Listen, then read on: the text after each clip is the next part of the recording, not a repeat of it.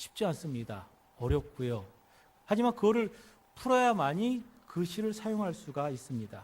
왜 이야기를 하냐면은 우리가 살아가는 우리의 인생의 모습이 어떻게 보면 이렇게 얽혀버린 실과 같은 그런 많은 어려움들이 있다는 것이죠. 처음에는 잘 풀려가다가도 어느 순간 되면은 꽉 엉켜버렸어요. 야, 이거를 그냥 싹 잘라버릴 수도 없고 이걸 풀어야만이 또 다음 곳으로 진행될 수 있는데요. 우리가 살아가는 우리의 삶에 이런 많은 어려움들이 있습니다. 우리는 5월을 맞이해서 가정의 달이라고 이야기하죠. 많은 웃음과 행복이 끊이지 않고 가득 가정마다 넘치고 그렇게 웃음이 크게 퍼져나가면 좋겠지만은 하지만 우리 주변에는 그렇지 못한 가정이 있고요. 그렇지 못한 또한 아이들이 있습니다. 슬픔과 고통과 또 집이 싫어가지고 집에 들어가기 싫은 아이들도 있다는 것이죠. 많은 고민이 있습니다. 고통이 있고 괴로움, 상처, 아픔, 눈물, 연약함 또 불안도 있고요.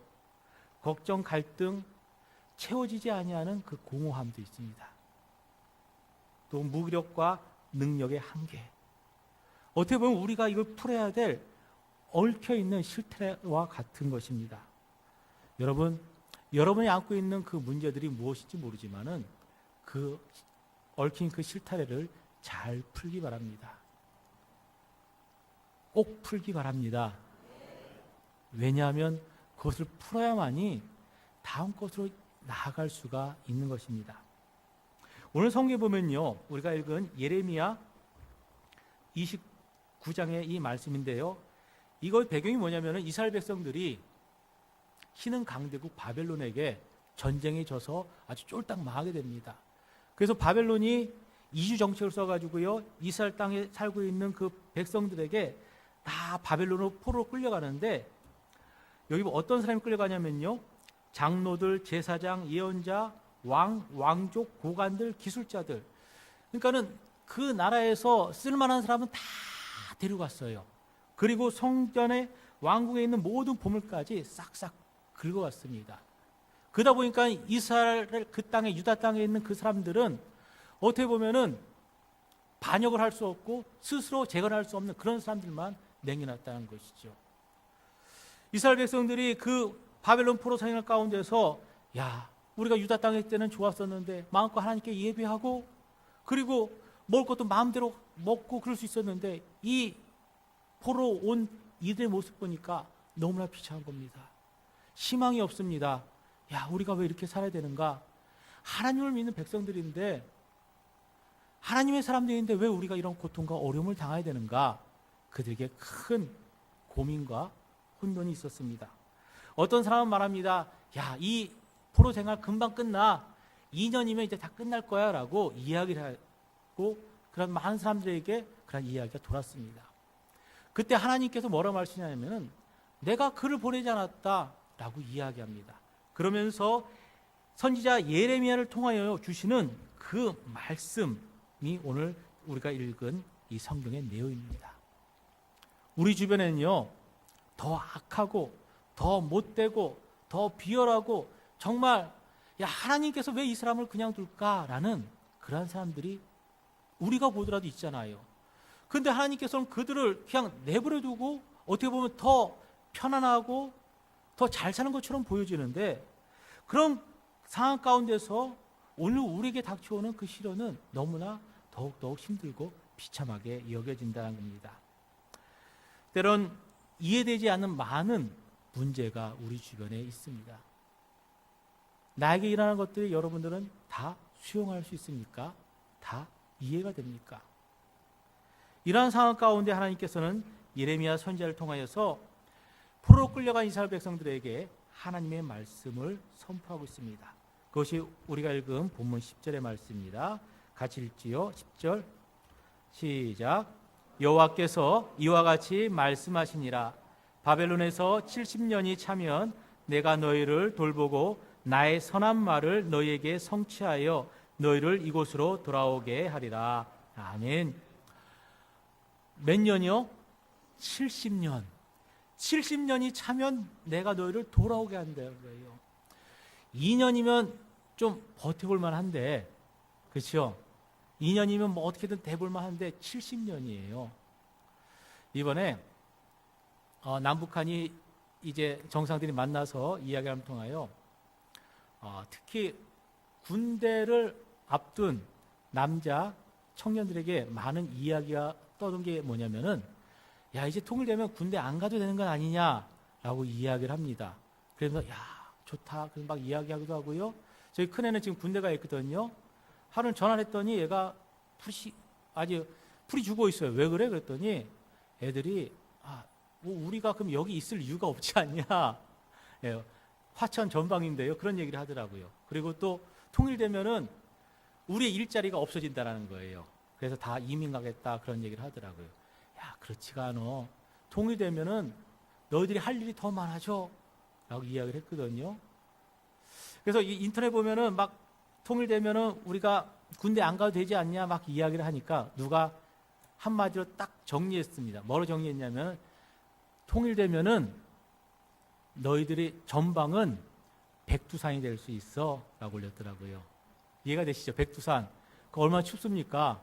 네, 개마고 있는데 전방이 그 백두산이 될 수 있다는 거죠. 우리가 살아가는 데 있어서 끊임없는 고민, 갈등, 이 가운데 하나님께서 말씀하고 있습니다. 여러분, 군대 생활 21개월 짧다고 얘기하면 짧을 수 있죠. 그러나 당사자들에게는 21개월이 참 깁니다. 근데 무려 7개월 동안, 70년 동안 그 생활을 계속 하라고 해보세요. 혹시 우리가 70년 후에 이곳에서 뵐 분도 있을 거고 또 많은 분들이 여기 계시지 않을 겁니다. 70년의 세월, 그 오랜 기간 동안 이스라엘 백성들에게 계속 종살이, 노예살이를 하란 겁니다. 아주 엄청난 긴 세월이죠. 이런 문제 가운데서 이스라엘 백성들은 다 이해할 수가 없었고 그 가운데 고민하기 시작했습니다. 우리 인생에 많은 끊임없는 문제가 있습니다. 자녀들을 키우다 보면 많은 어려움이 있죠. 성장해서 자녀 대학 입학이라든가, 또 입학하면 학비가 왜 이렇게 비싼지요? 꽤 비싸더라고요. 제 둘째가 이번에 학교에 들어갔는데 학비가 전국에서 두 번째 비싼 학교예요. 네. 엄청 비싸죠. 취업, 결혼, 출산, 또 취업하게 되면 또 승진도 해야 되고요. 또 직장 다니다 보면 나이가 되면은 명예퇴직도 있고, 노후생활, 또 건강의 문제, 관계성의 문제, 많은 문제들이 우리 안에 여전히 놓여 있습니다. 이것은 여러분의 문제이고 또 우리 모두의 문제입니다. 제가 목사 안수를 받을 때 믿지 않는 친척분이 오셔서 이런 말씀하시더라고요. 야, 너 이제 목사 안수 받으면 이제 고생 다 끝났네? 라는 이야기를 하더라고요. 왜냐면 제가 그때 36살 때 안수를 받았는데요. 이 나이 먹어가지고 밥벌이 제대로 못하고 그냥 그게 하는 게 너무 안타까웠나 봐요. 그랬더니 이제 너 고생 끝났구나 라고 이야기를 하시는데, 여러분, 목사 안수 받는다 그래가지고 목사 된다 그래가지고 뭐 고생이 끝나고 뭐 다 그게 아닙니다. 여전히 우리 안에 또 각자 안에 그러한 우리가 감내해야 될 많은 것들이 있다는 겁니다. 여러분, 살아가는데 힘들지요? 힘들지 않으세요? 힘들죠? 네, 힘들어요. 여러분의 일터에서 일하시는 그 모습들 보면은 참 힘듭니다. 가정생활하는 것도 힘들고 그래요. 참 힘들고 어렵대. 우리가 예수님을 믿는다 그래서 그 어렵고 힘든 것들이 다 비껴나가면 얼마나 좋을까요? 그런데 그렇지가 않더라고요. 그 날아온 화살이 그냥 알아서 그냥 휙휙 옆으로 빠져나가면 좋은데 때로는 정확하게 꽂힙니다. 그것 때문에 힘들고 아프기도 한다는 거죠. 참 이럴 때 하나님의 뜻이라도 알면 얼마나 좋을까. 하나님이 뭘 원하시는지, 과연 하나님께서 원하시는 것이 무엇인지 알면 얼마나 좋을까요? 오늘 본문 11절입니다. 우리 같이 읽을까요? 시작. 여호와의 말씀이니라. 너희를 향한 나의 생각을 내가 아나니 평안이요 재앙이 아니니라. 너희에게 미래와 희망을. 아멘.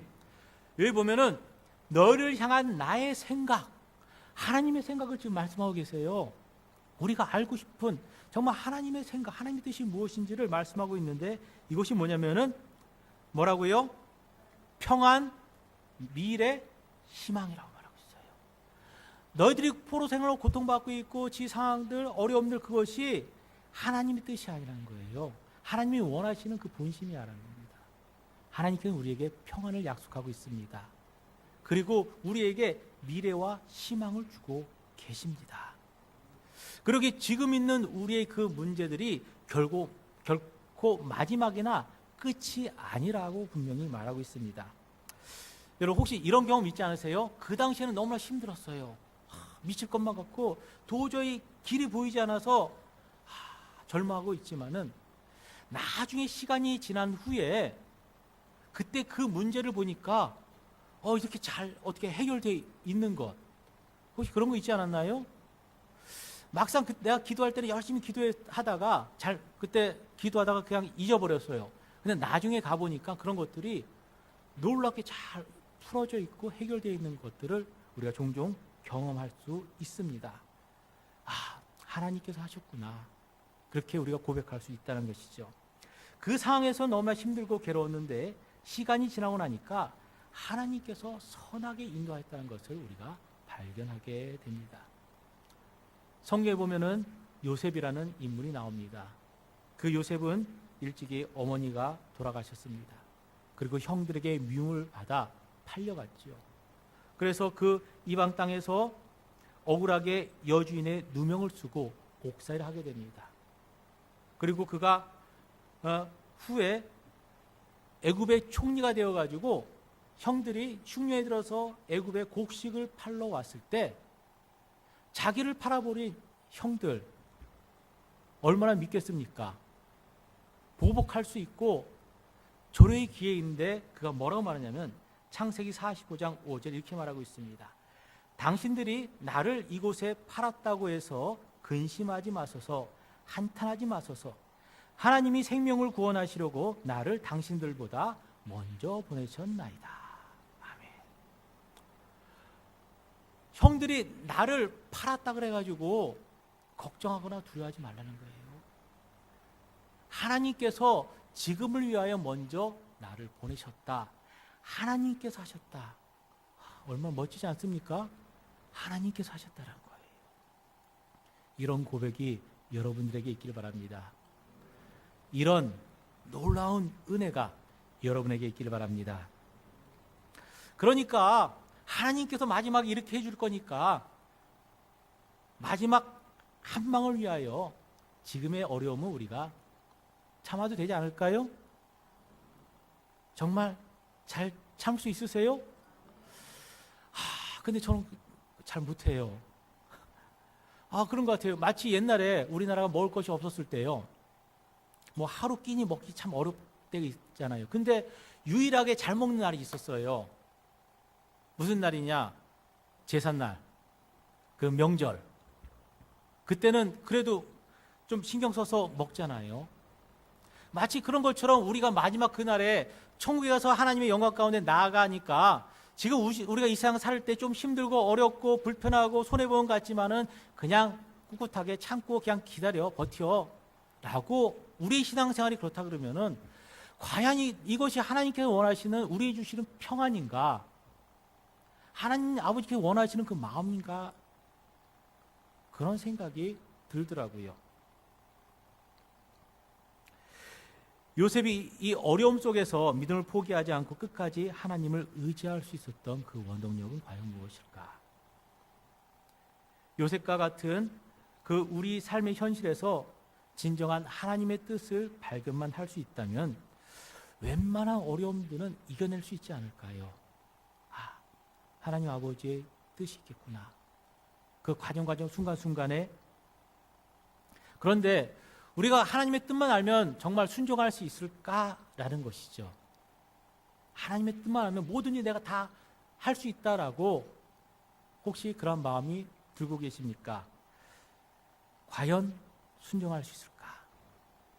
어떤 사람이 산을 가다가 미끄러져 가지고요, 막 벼랑에 미끄러지다가 나무 뿌리를 탁 잡고 살았어요. 그러면 이 사람이 하나님께 기도합니다. 하나님 살려주세요. 하나님 도와주세요. 라고 막 간절히 기도했어요. 그랬더니 하늘에서 음성이 들리기를 그래 알았다. 그러면 그 나뭇가지를 놔라. 손 잡은 나무 뿌리를 놔라 그랬더니 이 사람이 뭐라 그랬냐면은 하나님 말고 다른 사람 없습니까? 라고 얘기했다는 거예요. 네. 두려워서 위에만 쳐다보고 바들바들 떨고 있어서 하나님께 기도를 했는데 하나님께서 손을 놔라 그러니까는 못 누는 거예요. 하나님도 이제는 필요 없는 거예요. 네. 하나님 말고 다른 사람 없습니까? 하면서 다른 사람을 찾았다는 것이죠. 그런데 그 손만 눕게 되면은 거의 다 내려온 건데 살 수 있는 건데 그렇다는 거죠. 오늘 우리가 두려움 때문에 제대로 그것을 바라보지 못합니다. 두려움이라는 것이 그렇거든요. 자라보고 놀란 가슴, 뭐 보고 놀란다고요? 소뚜껑 보고 놀란다잖아요. 우리 안에 있는 그 두려움들이 제대로 분별하지 못하게 만듭니다. 마태복음 19장에 보면요, 부자 청년이 나옵니다. 그가 예수님께 나와서 선생님, 무슨 선한 일을 해야 영생을 얻을 수 있습니까? 라고 질문합니다. 그때 예수님께서 뭐라 말씀합니까? 그래, 내 소유를 팔아 가난한 자들에게 주고 너는 나를 따라라 하고 이야기합니다. 영생을 얻기 위하여 이 젊은 부자는 주님께 찾아왔어요. 그리고 그 영생을 얻는 그 비결을 주님으로부터 듣기를 원했고 그것을 들었습니다. 하지만 그는 주님을 따랐을까요? 아닙니다. 그냥 돌아갔습니다. 주님이 무엇을 원하는지 알았지만은 그는 부담스러워서 돌아갔습니다. 예수님은 우리가 무엇을 하고 안 하고의 그런 문제가 아니라 그냥 나를 따르라는 것입니다. 무슨 일을 행했느냐가 아니라 누구를 따르느냐입니다. 무엇을 하느냐가 아니라 무엇을 따라가느냐입니다. 우리는 흔히 내가 무엇을 이루었고 직업이 무엇이고 사회적 지위가 어떻고 또 집안이 어떻고 그런 것들을 가치 있게 여기고 가장 최고로 여기지만 하지만 주님께서 찾으신 건 그것이 아니라는 것이죠. 여러분, 하나님의 뜻이라면 당장이라도 순종할 수 있겠습니까? 내 생각한 것과 판이하게 달라도 정말 순종할 수 있을까요? 나는 평안을 기대했는데 도리어 환난과 어려움이 기다리고 있다면 어떻게 하면 좋을까요? 과연 이것을 어떻게 풀어야 될까? 과연 본문 12절에 말합니다. 너희가 내게 부르짖으며 내게 와서 기도하면 내가 너희들의 기도를 들을 것이요. 아멘. 하나님께서 말씀하시기를 너희가 내게 와서 기도하면 된다라는 거예요. 부르짖어 기도하라는 거죠.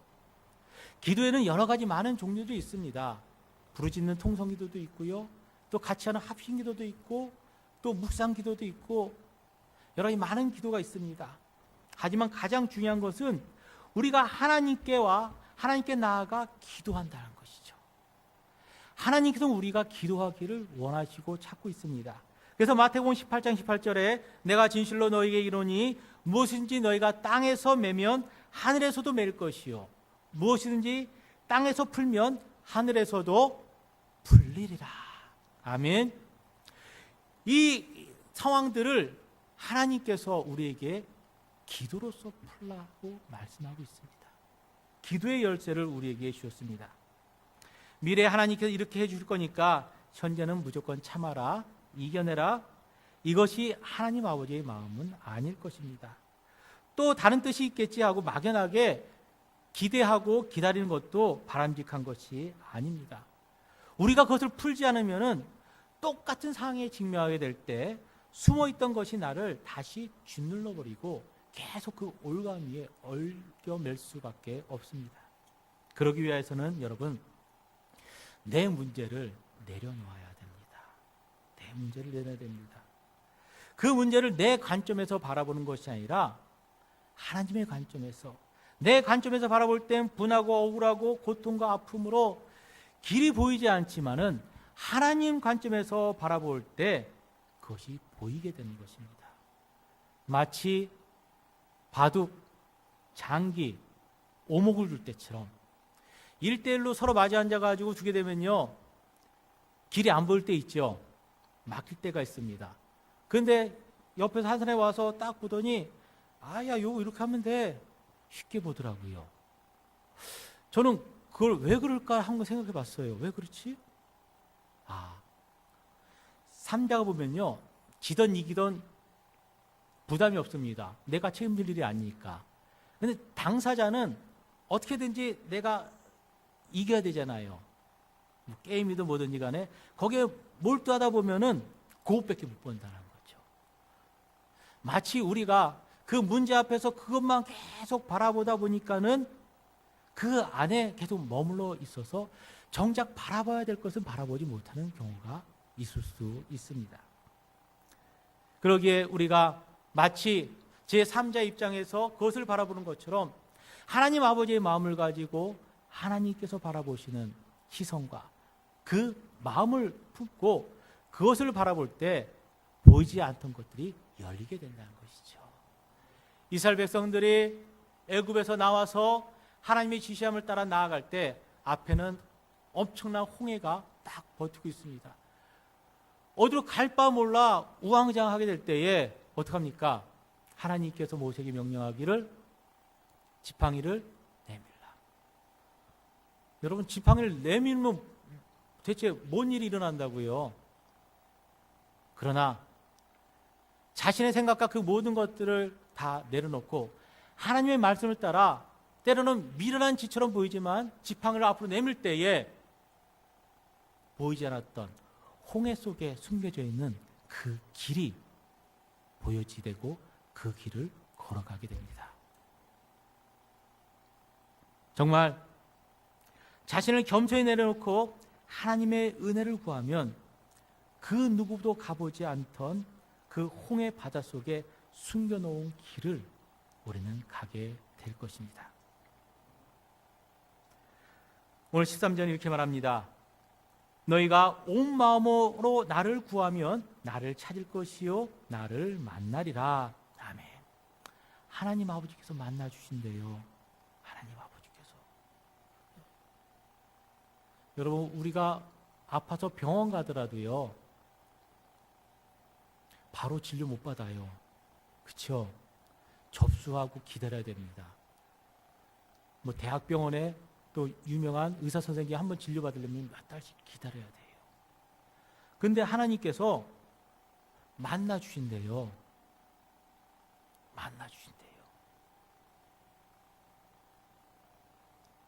오늘 그 하나님이 오늘 나와 저와 여러분들을 만나 주실 줄 믿습니다. 너희가 온 마음으로 나를 구하면 나를 찾을 것이요 나를 만나리라. 전제 조건이 있죠. 온 마음으로 나를 구하라는 것이죠. 우리가 얼마나 많이 기도합니까? 그러나 입술의 기도가 아닌 마음의 기도를 하나님께서는 찾으세요. 사람은 보여지는 것을 중요하게 여기죠. 그래서 바리새인들은 시장 거기에서 막 보여지면서 막 기도하였다고 이야기하죠. 그러나 하나님께서 찾으신 사람은 그 마음의 중심을 찾고 계십니다. 그래서 사무엘상 16장 7절에 보면은 나 여호와는 중심을 보시니라. 하나님께서는 우리의 외모를 보지 않으세요. 뭐 키가 크고 작고 피부가 하얗고 검고 그걸 보고 있지 않으세요. 오늘 어떤 옷을 입고 왔나 그것도 보지 않으세요. 하나님께서는 우리의 중심을 보고 그거를 찾으십니다. 그래서 하나님께서 그 다윗의 중심을 보시고 그에게 기름을 부어주셨잖아요.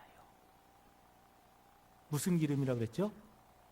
오늘 난 예배 때 목사님 말씀하셨는데 보배로운 감람유 올리브유를 부어서 왕으로 세우지 않았습니까? 우리의 중심을 보시는 하나님께 전심으로 나아가기 바랍니다. 그러면 하나씩 풀어갈수록 깊어지는 하나님의 은혜를 경험하게 될 것입니다.